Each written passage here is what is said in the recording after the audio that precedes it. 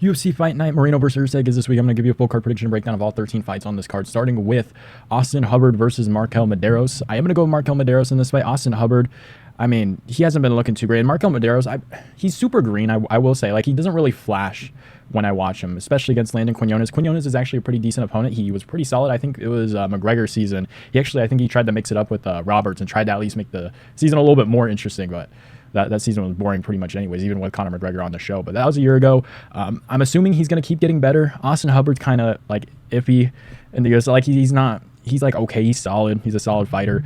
I guess he went to a split decision with Alexander Hernandez, beat Mikhail Figulak, which isn't a bad win to have, but then lost to Carhalaba, I believe, in the finals of the Ultimate Fighter. So MarQuel Mederos, he did look pretty solid. I believe it was on the Contender Series fight, got the KO over on Isakov. And then looked kind of iffy against Landon Quinones. He did have a year off. I'm expecting him to look a lot better. If he doesn't, I really don't have too much hope for him for the rest of the UFC because he is just super green. But I'm assuming because he didn't look as polished in his last fight, I'm assuming he's going to keep getting better and he's going to look a lot better in this fight. So I am going to go with MarQuel Mederos by decision in this one. Let's move on. We have Jamall Emmers versus Gabriel Miranda. I am going to go with Jamall Emmers. Gabriel Miranda, last fight was 5 months ago against Morgan Chairez, and he has lost to some pretty decent opponents. So Benoit Saint Denis got KO'd by him, but his last win in the UFC was what? Against Shane Young a year and 6 months ago. Like, Shane Young, he's not even UFC level. And it's like he came back, I think he had like a long layoff, came back shredded, and still looked pretty rough. So he was able to win against Shane Young, but he's lost to Morgan Chairez and Benoit Saint Denis again, which aren't bad losses to have at all. But the way he looked in those fights, he didn't look too great.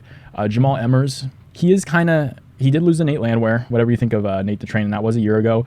He is very good on the feet, and I feel like Gabriel Miranda isn't going to be able to get him down on the ground. And I won't say, like, from a technical aspect, Emmers is that great, but he does swing pretty wild, and you did see against Nate Landwehr. I think he dropped him early or something like that, hurt him pretty badly early. And so does Nate Landwehr in pretty much every one of his fights. But Emmers was kind of throwing down until he got tired in, like, the later rounds and ended up getting finished. But he did look pretty good in that fight. Did go a little crazy early on, and I think if he does go wild on a Gabriel Miranda where he swings like crazy, I don't think Miranda's going to be able to get him down to, like, submit him. He was able to get the submission on Shane Young. I don't see Emmers in that Shane Young territory. Maybe I could be wrong here, but I think Emmers can kind of catch Gabriel Miranda on the chin and kind of get the KO in this fight. So I'm going to go first round KO for Jamall Emmers, just catching Gabriel Miranda on the chin. Let's move on. We have Rafa Garcia versus Vinc Pichel. Vinc Pichel's an older guy. I feel like Rafa Garcia, he's a very solid fighter, and I think that's going to help him a lot in this one. Like, when I say solid, I think he's more like pretty well balanced in his game. So I think he can use his wrestling if he needs to. I think he'll especially keep this one on the feet, just be a little bit more technical than a Vinc Pichel, who's 42 years of age. And honestly, Vinc Pichel didn't look that bad. I watched the Mark Madsen fight 3 years ago. He didn't look horrible. I guess he was, 39 in that fight. But he's been old for a while. Like, he went to a decision with Ismail Bonfim, which isn't a bad thing because Ismail Bonfim is pretty solid, pretty technical in his ways for sure. Rafa Garcia lost to Grant Dawson, who I think is in the top 15, I will say. Maybe I could be wrong there. But he beat, like, the Clay Guidas, who's over 40, the Mahashates. Like, he's beating some decent opponents, and he's beaten an older vet like Vinc Pichel before. So I am going to go with Rafa Garcia here by decision. I think he just way too fast for Vinc Pichel in this one. It won't be as scrappy as Vinc Pichel probably wants it to be, which he honestly could find the upset in this way and kind of just make it scrappy and out tough Rafa Garcia in this fight, but I just don't see that one happening. Rafa Garcia is 30 years of age, very solid fighter. I think he gets this one done by decision. Let's move on. We have Julia Polastri versus Lupita Godinez. I'm gonna go with Lupita Godinez. She is on a 2-fight losing streak, which is not what you want to see at all. But Julia Polastri, she had some nice takedowns against Josephine Knudsen, and Knudsen is very good on the feet, just has zero takedown defense. Like, I was surprised at the takedowns that Polastri was actually getting on her because she was literally just grabbing her and kind of turning a little bit, and she was just falling straight to the ground. I mean, she had absolutely no takedown defense. This is very surprising. But went to a split decision with Corey McKenna and won that fight, so that's good on her record. But Lupita Godinez, very strong, very good wrestling. She has shown some flashes. Her last 2 fights that she did lose were against very technical grapplers, and I don't see Polastri kind of out-grappling Lupita Godinez on the ground. I think Lupita Godinez especially has done a lot better on the feet as well. Got a split decision over Tabitha Ricci, which isn't that bad of a win to have. It's actually a pretty solid win to have. I just don't think Polostri's going to be that technical grappler that Mackenzie Dern, Verna Jandarova is just going to give Lupita Godinez issues in that way. So I'm going to go Lupita Godinez by decision here. I don't think she submits her. I don't think she KOs Polastri or anything. I think this one goes to a decision. Let's move on. We have Melquizael Costa versus Christian Rodriguez.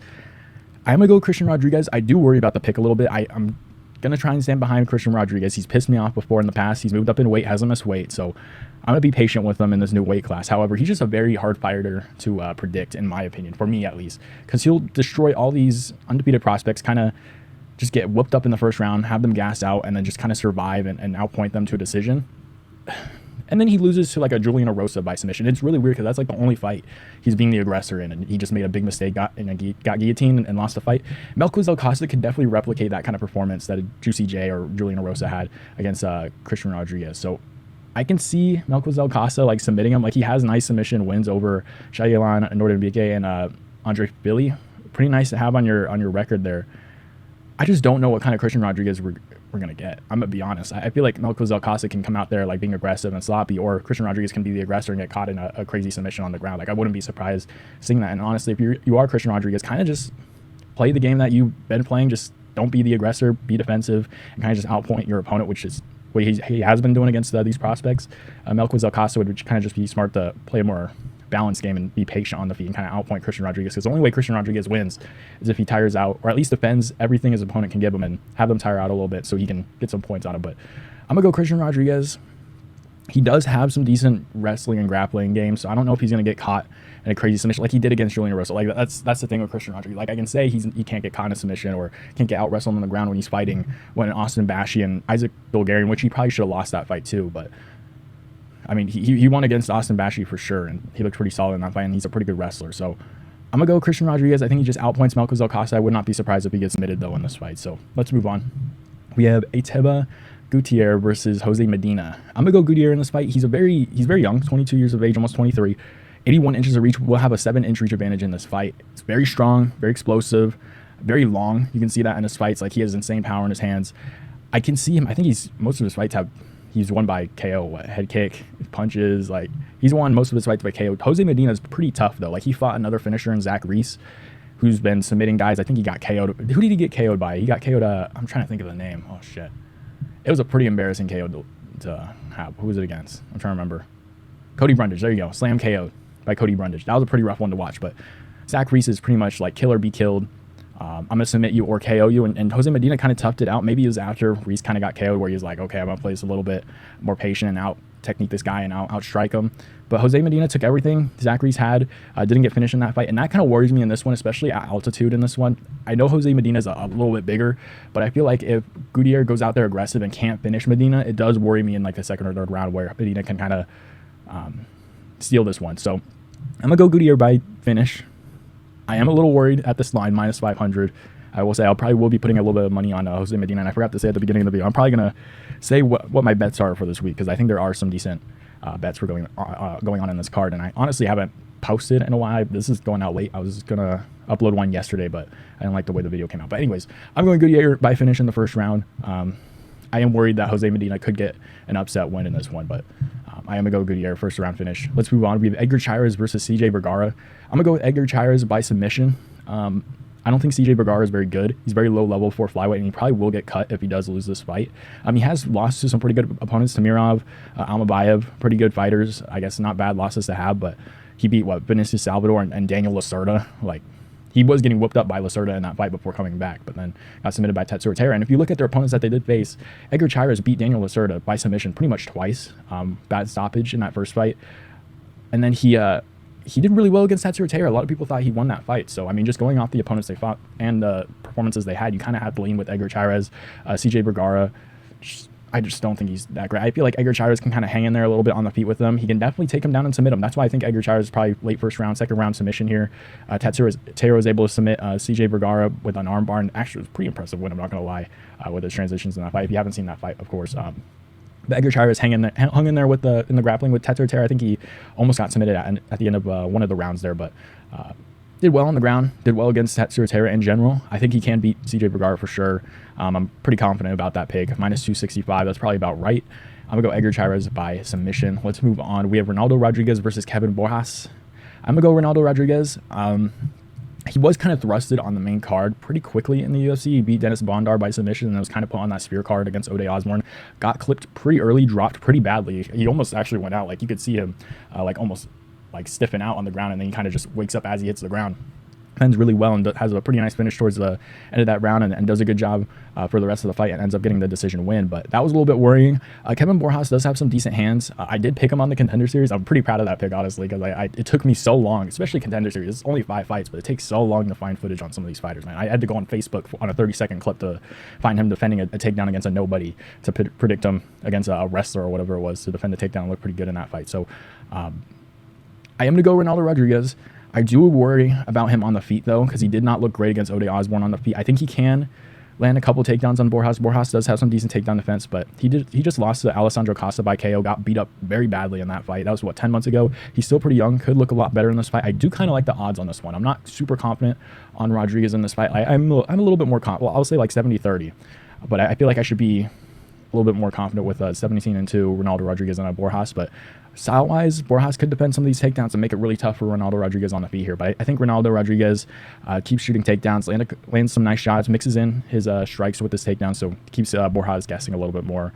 And I think he just wins this one by decision. I don't think he submits Borjas at all, but I think there are some moments where Ronaldo Rodriguez can take advantage of a Borjas. And although he did defend the takedowns nice against Victor Diaz, and I guess you don't really have to worry about that in the Contender Series, because even if you do have a wrestler, they like to stand up because they want the finish anyways. But he does have some decent takedowns, but I just think the grappling of Rodriguez is just a little bit more, it's just a little bit better than Borjas' takedown defense for sure. So I'm going to go with Rodriguez. I don't think he wins by submission. I think he just outpositions Borjas in this fight and does a little bit better on the criteria. Probably lands a couple strikes in the clinch if he can't get the takedowns and things like that. So I'm going to go Rodriguez on this one.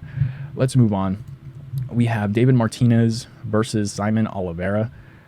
I'm going to go with David Martinez. He didn't look too... it was a really weird fight against Xavier Franklin, who had a weird smiley face on the back of his head in that fight. He was kind of circling around, but he was throwing crazy effort into his punches and his kicks. He did look really good, but he was on his back feet quite a bit, and he was moving very quickly. I don't know if he was nervous or what, or if he's just that's just how he fights. He just throws everything into his punches. But he looked pretty solid on the Contender Series. He's going against Simon Oliveira, who hasn't fought in 2 years. Last fight was a loss to Daniel Marcos. Simon Oliveira is a little bit wild on the feet. He can grapple pretty decently as well. And then before that, a year earlier, lost to Tony Gravely. So he isn't the most active competitor, 34 years of age, coming off a very long layup. I'm definitely going with David Martinez, and probably by KO. He'll definitely be in the betting sheet for sure, but I do like Martinez a lot in this fight. There's a lot into his punches. Oliveira, again, very wild on the feet. I just don't see David Martinez getting caught by something like that, and it would be nice to see him be the hammer in this fight rather than just circling around and being a little bit more defensive than what he was doing in the last fight. So let's move on. First round KO for David Martinez. At the card, we have Raul Rosas Jr. versus Vince Morales. I am going to go Raul Rosas Jr. Vince Morales, I do like. He did lead the UFC for a little bit. He was there before, beat Hunter Azure by submission. I think Hunter Azure was on top a couple years ago, right? I could be wrong. But yeah, beat him with a Peruvian necktie, got a nice little win streak after leaving the UFC, came back in and fought Taylor Lapilus, who is no longer in the UFC also, I think is with Pichel. Lost to him by decision, and then lost to Elijah Smith by decision as well. Elijah Smith did really well on the ground against Vince Morales, and I think he had his back taken at one point. Raul Rosas Jr., I think, is definitely a way better grappler than Elijah Smith, for sure. Especially at Raul Rosas' age, he's getting bigger, he's getting stronger. He's going to keep improving. I like his grappling a lot. I think he just out-grapples Vince Morales a lot in this fight, and I think his striking is going to keep coming along as well. I don't think he's going to outstrike Vince Morales. Maybe the takedowns will kind of keep Morales at bay a little bit, but I think Rosas for sure out-grapples him, gets the dominant positions on the ground. I don't know if he submits Morales. Morales has always been pretty solid as a fighter. I would be a little surprised if he does submit Morales in this fight. Well, I won't say I would be surprised because Rosas is elite, but I just think Morales can hang in there defensively a little bit more than some of these other guys that Raul Rosas Jr. has submitted in his career. So I'm going to go Raul Rosas Jr. by decision in this one, a dominant decision, 30-27. Let's move on. We have Kelvin Gastelum versus Joe Pyfer. I'm going to go with Joe Pyfer. I mean, where do I even start with this fight? I was a little bit worried a week or two about this fight because Joe Pyfer, I think I saw a meme where he's yeah, I know my cardio is bad, which means I'm just going to go out there in the first round and say screw it. If I can't get the KO, oh well. I'm oh great. He's going against Kelvin Gastelum, who's pretty durable, and I'm well shit. But Kelvin Gastelum, those pictures coming out recently, I mean, he is built I saw the comments. He's built like Elon Musk for sure. I saw someone say he's a fridge. He's definitely got that weight back up. I think he tried 170, didn't work out. You kind of have to go with Joe Pyfer in this fight. It is a 3-round fight, so even if Pyfer does gas out at altitude in Mexico with the Ngannou hands and he can't KO Gastelum, it's still 3 rounds. I think he can get some good 2 rounds out of this fight and win this fight by decision if he needs to. I just don't see him KOing Kelvin Gastelum in this fight for some reason. People say KO for Pyfer, huh? Gastelum has never been KO'd in his career. That's why I'm a little uneasy picking him. Jared Cannonier, Robert Whitaker couldn't get KO'd by them. Till Adesanya. Adesanya was hurting him in that fight for sure. He's getting hurt in a lot of these fights, honestly, and didn't get KO'd. So I'm going to go decision. I like Piper just winning the majority of these rounds, even if it is altitude, and even if Kelvin Gastelum's pretty solid always on the feet. I just like Piper landing the more damaging shots, winning at least the first 2 rounds, in my opinion, against Gastelum without tiring out completely and gassing out like crazy. Again, Gastelum's a pretty tough competitor, but I just like Piper landing the better shots. I don't think he KOs Gastelum in this one, but I could be completely wrong. But let's move on. We have Manuel Torres versus Drew Dober. I love this fight so much. This is just straight violence. We've been needing one of these for sure. I'm going to go with Manuel Torres. He's actually one of my favorite fighters in the UFC, probably like top 10. I guess it's a relatively big list to have, but he's one of my favorite fighters to watch. He's not even ranked or anything. Like when Bill Algeo left, Manuel Torres kind of shoved in, and I've been watching Manuel Torres for a little bit as well, and he's been one of my favorites for a while.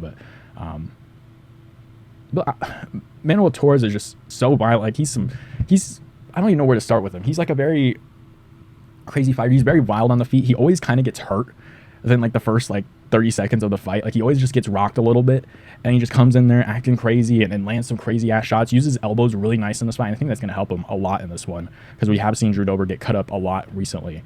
I can just see, I feel like a lot of people can see this. Drew Dober kind of rocking Manuel Torres, and then him just getting like kind of like retarded a little bit and being super aggressive and not being aware defensively. And Torres is kind of there to like land a counter elbow or counter straight right down the middle and rock Dober and hurt him pretty violently. Even cut him open over the eye. You can't see. He's like constantly touching it, and then he just keeps ripping at him and just brings the fight to him and kind of puts the pressure on Drew Dober, who's a lot bigger in this fight.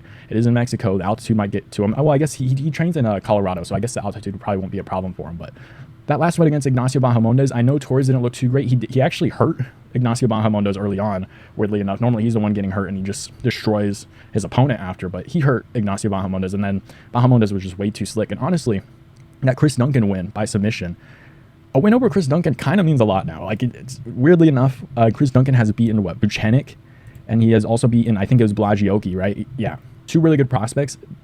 Beating Chris Duncan kind of means something. I guess we'll kind of figure out where Manuel Torres kind of lays in this UFC lightweight division at this point, because Ignacio Bahamondes is looking really good. Just beat Jalen Turner.